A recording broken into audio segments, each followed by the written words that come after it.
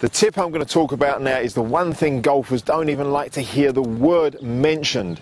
Just the thought of it can make many people tense up, and when it actually happens to you, it can ruin your confidence for the rest of that round and sometimes for even longer. Of course, I'm referring to the shank.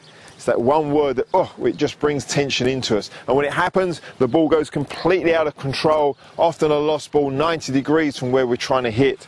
Now, how does it happen? Well, you see, basically the golf ball gets caught up right in the heel of the golf club here, so it's hitting the bottom of the shaft in effect, and it sends it off at that angle. It can happen for a few different reasons, but the primary reason is because you've lost room to hit the golf ball. Instead of being able to hit the golf ball out the centre of the club here, you've lost that space, which now means you end up hitting it over here towards the shank. So let's look at the likely causes of that.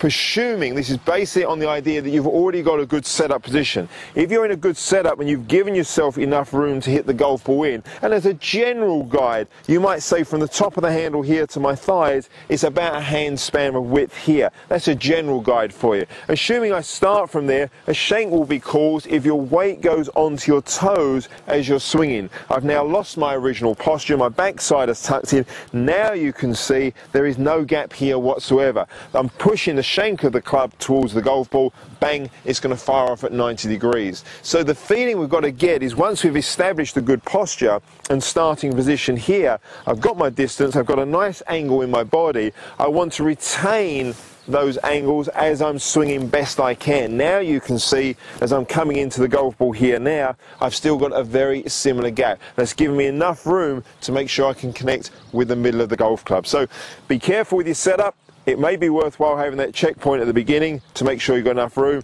When you swing, keep your posture the same throughout.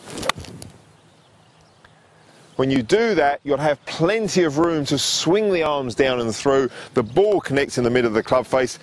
It'll be a lot happier game.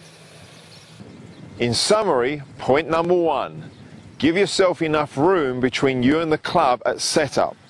2, maintain the angle of your posture throughout the swing.